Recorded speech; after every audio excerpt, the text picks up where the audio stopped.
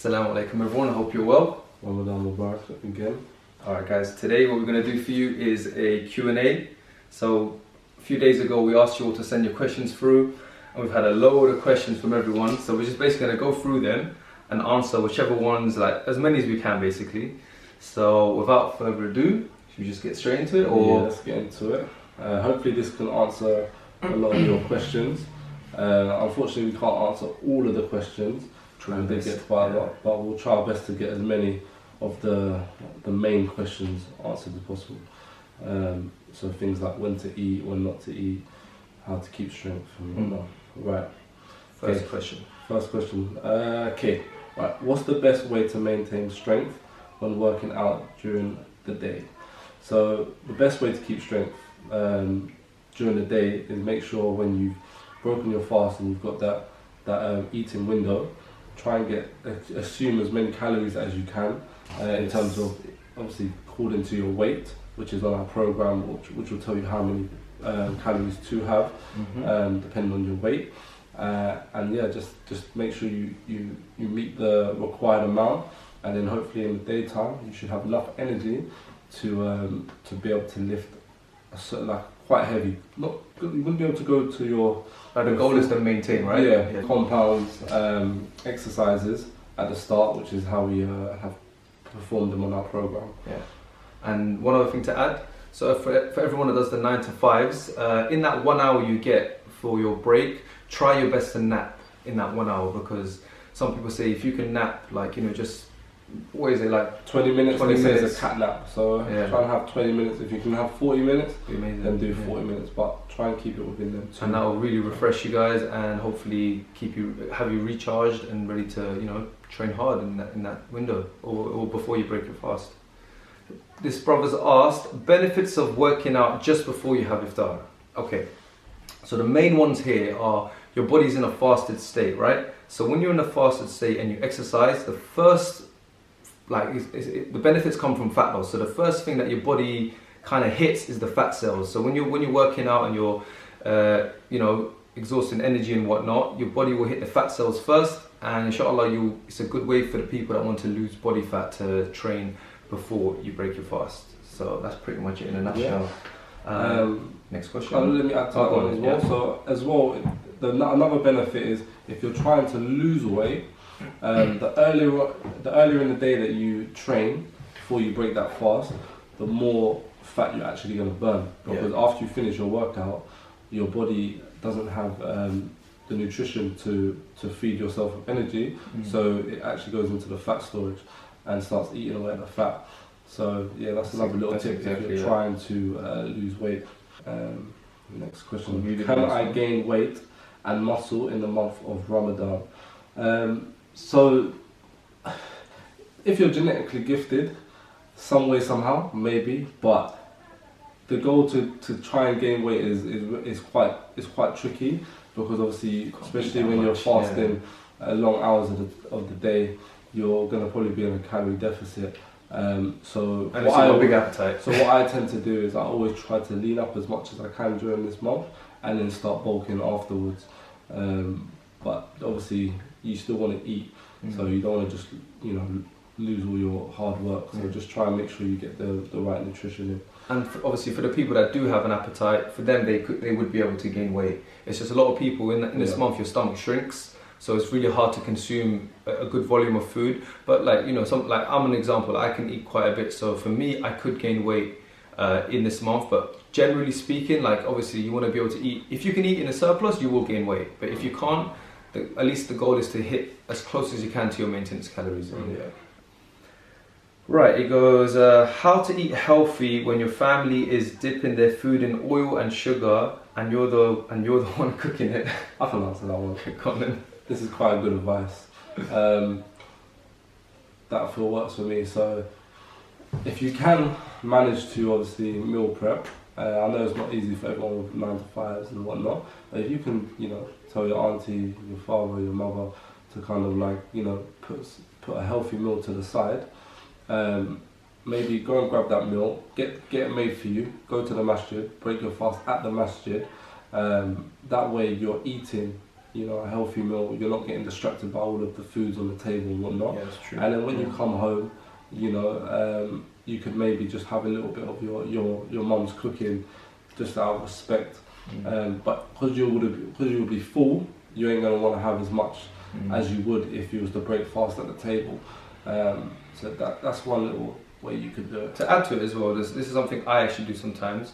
Obviously, I don't know if you guys haven't seen like my snaps. I haven't been having my proper prep meals, but for example, you say your mum cooks rice or chicken or whatever it has, and it has oil. You could still weigh the food that your mum's cooked. Yeah, I mentioned it in Mike's video, remember? Yeah. So you could still weigh the cooked amount of that rice and that chicken or that lamb or whatever it is using the app MyFitnessPal. And yes, you're not going to be 100% accurate, but you're going to be about 70% accurate. The only way, the inaccuracy comes with how much oil your parents have put in the food or yourself or whatever. But the main macronutrients are the carbs, protein and the fats. And of each of those foods, yeah, if you just like monitor that, you will be, I would say about 70% accurate. So that's a lot better than, you know, just not doing that and just eating. So yeah. Best meals to eat for suhoor. Good question. So the best meal, obviously there's loads of meals that are going to be good depending on what you like, but the way to eat is avoid fatty foods because they take longer to digest. That's why people tend to feel maybe sluggish after suhoor, because they eat a lot of fatty foods. Get something that's going to get into your bloodstream quite quick, you know, like bread, rice, just to give you that nice spark of energy. Also dates. And insulin spike. Also, what you could do is have like brown rice and white rice. So you've got the complex carb, which is slow release, which is the brown rice, and then obviously you've got the carbs, which is the white simple carbs, which is the white rice, which will just hit straight to your blood, and that way you should have a nice steady energy flow throughout the evening to do obviously your worship and even train if you're looking to train after you break your fast. Is it healthy to go hard in the gym right before iftar? So again, this is quite a, you can't really answer it generically. So if you're an experienced lifter and you've been training for say more than 5 years, I would say it's very important that you first of all, this is the generic answer for everyone, is that you listen to your body. So you're in the gym, you're in a faster state, you start working out, you know, you're going for it, you're killing it. But if you start feeling the type of way you're feeling, fatigued, nauseous and whatnot, then you take a step, come off the pedal a little bit, you know, and take it a little bit easy. But if you're like, for example, a beginner, I would highly recommend, you know, not to go in the gym, especially because I've seen people faint in front of me. Actually, my brother at one time actually fainted in the gym while he was fasting. So, you know, if you're a newbie to the gym, take it easy. But if you're an experienced lifter, listen to your body, and you know you can push yourself as long as you just stay, you know, you stay conscious of how your body's feeling, and and you just move forward that way. Right. After that, or next question. Let's move on. 2 or 3 split exercises in the Ramadan and length of every training session. Like kind of like how you just answered it. Depends if you're new or not. If you can train once a week, that's good. Obviously, if you can train 2 or 3 times a week, that's excellent as well. I would say 3 times is ideally. I would say minimum 3 times. Minimum, minimum 3 times is a good amount. To get all your splits in. Because you can cover a lot of your legs, push pull. Legs, push pull. You can cover all your body, and the length time, if you can fit it within an hour, just over an hour, that should be fine. You know, that's more than enough. You don't need to be there for 2-3 hours in the gym. You know, an hour is sufficient enough, most definitely. I'm married because I would love for you to help me complete half my. So. So I'll answer this one. It's a good one. This is how to lose weight during Ramadan. So how to lose weight during Ramadan? You know, like obviously, I said it earlier on in the video. If you train earlier on during the day, you're more likely to burn a lot more calories. If you give yourself I'd say like 2 hours after your workout, to where you haven't eaten nothing, just so your body can really eat away at the fat cells. And then obviously make sure when you break your fast, you eat clean as well. This way you will, you know, it will help you lose a lot of weight during the month of Ramadan. But yeah, anything you want to say? No, I think that's the answer. Well, okay, this question is pretty good. How to stop overeating at iftar? Okay, so this is a tough one because obviously our bodies are actually craving a lot of food and liquids. But one thing you got to understand, and I'm sure like you guys can comment below if this happens to you, yeah, is when you're so hungry before iftar and when it's actually time to eat, if you notice, you actually can't eat much because like, as I mentioned earlier, stomach shrinks. So just eat till you're content. So it's like the Prophet said, the three splits. We want to try our best. Like this month is about ibadah and whatnot. So you want to try your best to not overeat because it's not right at all, you know. So you want to have a third food, a third water, and leave a third for air. I know it's easier said than done, but at the end of the day, like you have to go tarawih after, and you got to pray and whatnot, and you don't want to have a bloated stomach because it's going to make you feel lethargic. Again, if you have a set program, a plan to follow, and you have your set calorie intake to have, you just literally follow that. And the way we've designed it with Ramadan Training is you're not going to be bloated with each of the meals, inshallah. So again, also, let me add to that as well. Like you also have to remember, when you eat, try and like finish what's on your tongue before you obviously reach for that next spoon. And you have to remember, it takes 20 minutes for the brain to register with obviously the stomach to tell you that it's full. So like when you're eating, you know, slow down. Try and stop when you're still feeling hungry. Give yourself like 20 minutes. I guarantee you're not going to feel hungry. I guarantee you, it takes a little time. And also another little tip, our fingers actually have enzymes on them that help break down food. And scientifically as well, if you eat with your hands, I know not a lot of people want to do this, but if you eat with your hands, your body will tell you that you're full quicker because the spoon blocks out that communication between the food, your hands, and obviously the mouth and the brain. Because the spoon you can keep eating because it's not coming from actually your hands. So that's another little tip that you can try. Alright. Next question. This person's asking, I'm trying to lose weight. Should I just stick to lifting weights or pure cardio? So the best thing to do when you're trying to lose weight is a combination of both. If you really want to lose weight, a good thing to do is, in terms of your training, the weight training, you want to do a lot of compound lifts. Compound lifts are the biggest exercises. They burn the most calories. They involve the most muscles in the body. So you want to do a combination of a lot of compound lifts. And again, you can do cardio as well. One thing I've been meaning to mention, and I'm going to mention it now, is obviously we're limited with time in this month. So obviously most of the times I would advise people to do 30 minutes of stepper or incline treadmill in this month. But because we're short of time in this month, especially to use it with training, do a lot of HIIT training. If they do 15 minutes of HIIT, that's equivalent to, it's a lot more basically in terms of steady state because your body continues to burn calories up to 24 hours after you've done the HIIT. So yeah, man. Right, next one.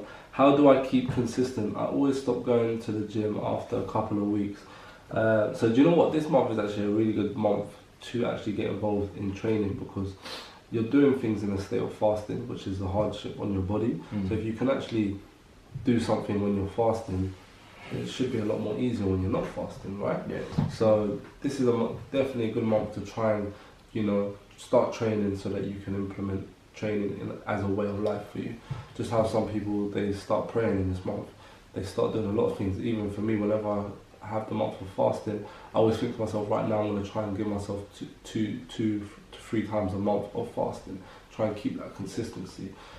So yeah, this month definitely should help you get into training. And again, when you just set yourself goals, like really just set yourself short-term goals, medium-term and long-term. Say, look, by the end of summer, I want to be this way. Yeah. If you sometimes people that train and don't have goals, it makes them get lazy and fall off. So just set yourself little goals, and inshallah, it's baby steps, you know, step by steps, and just have a plan as well. Make sure you've got a plan.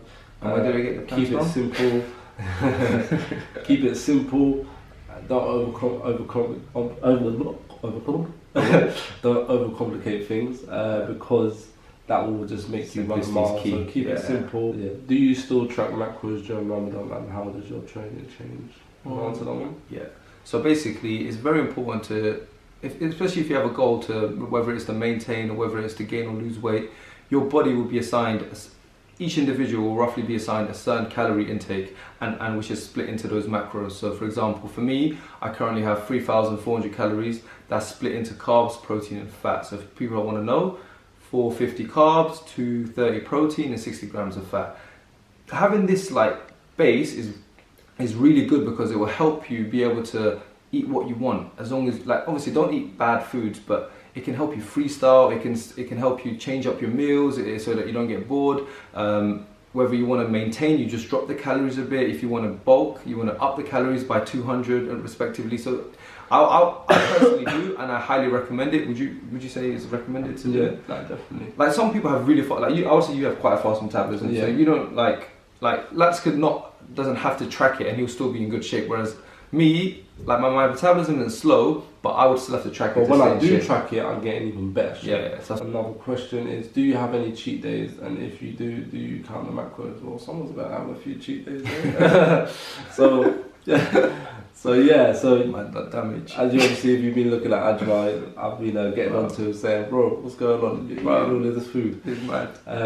But yeah, so with the cheat days, obviously you try and limit it down to maybe the weekends if you can. Just one day a week. If you can't, obviously limit it down to the weekends and you're struggling, because obviously there's all this food every day to break fast and whatnot. What you could potentially do is obviously go to the mosque, break your fast there with a good healthy meal, and then come home. But don't be too hard at yourself, obviously during this month of Ramadan, because you're in a state of fasting, so it's very hard for you to be, you're always going to be in a calorie deficit unless you just eat like a pig, which is obviously not advised as Muslims for us to do. So, don't, try your best, try and eat as clean as possible, try and eat, wholesome food, not all this artificial stuff, because that will make you urge more and more junk. What you can do is just to get rid of the guilt. Yeah, if you were to track it, like for example, places like Nando's or a couple of, even if you wanted the KFC, the halal ones, they normally have all the nutrition facts on the website and whatnot. So using again the MyFitnessPal app, if you were to track it and hit your numbers, you'd have less guilt, because ultimately I've had the calories I'm set to have. Yes, I did the macros of the ratio of the macros have changed, but that doesn't matter, because ultimately the amount of calories you've eaten hasn't changed, and that way you feel a lot less guilt. But obviously it's not advised, because for example when you have junk food, your fats go a lot higher and you might have less protein that day or less carbs, and so ultimately yes you can, and it is better, but it's not advised. Is too much fruit bad for you with the amount of natural sugars? Fruit is a good snack during Ramadan, as it fuels the brain. The sugar from fruit, it's good for the brain to function. So yeah, I'll definitely have fruit as definitely as a snack in between your meals. Yeah, that's what I was going to say. In between meals is definitely ideal. But it's not something you'd have a whole meal with just fruits. Yeah, precisely. Don't do that. Yeah. And maybe you want to break your fast with some watermelon, something light. I highly recommend watermelon. It's literally the best thing to have support in terms of hydration. So a guy's asking, in 30 to 35 minutes, quick in and out of the gym, how do we mix up cardio and strength training sessions? So he wants to know basically in less than an hour, how can he combine his weight training as well as cardio? So I kind of briefly touched on it before, but in terms of the training, he can do a lot of supersets. So for example, we recorded recently, check it out, our chest and back session. So that's 2 huge muscle groups, and we supersetted them, and we were done in under an hour, I believe. And so what you can do is you can throw in supersets of muscle groups, so chest and back, you can do shoulders and arms, you can do legs and another muscle group that you like. Normally legs will kill you though, but you can try. And again, with the cardio, doing 50 minutes of HIIT. So you should be able to, in an hour, no more than an hour, get the training in, 45 minutes of training and 50 minutes of HIIT, and you'll be done. That'll be sick. One sister's asking, for home workouts, what kind of equipment would you recommend? Very simple, let's just go straight into it. Dumbbells, a set of dumbbells up to say maximum maybe 10 kg. And then there you go, resistance bands. What else? That's pretty much it. From the home routine we're providing with Leonine, that's legit it. Just dumbbells. And if you've got space, then a barbell. Yeah, if you have space. If you've got space. That's all you need. So legit, everything else, you can train off your edge of your sofa, you got the floor. Also, I would actually recommend as well, if you have push-up bar and a chin-up bar, just for your, making sure If that they can do it, then tough doing it. if you can do it, get one. obviously if you can't, then obviously you have to have strength towards it. But even if you can't do it, then it's still definitely advisable to get, so you can start practicing it, because it will help you increase your strength big time. Yeah. I hope we answered, you know, quite a few questions to the best of our abilities. Inshallah it benefits you guys. Inshallah. You know, we appreciate you guys following us on this journey. It means a lot. We've got a lot in the pipeline. Just bear with us. And yeah, man, you want to add to it? Yeah, man. You know, obviously, I'm with the camera back, so come towards me.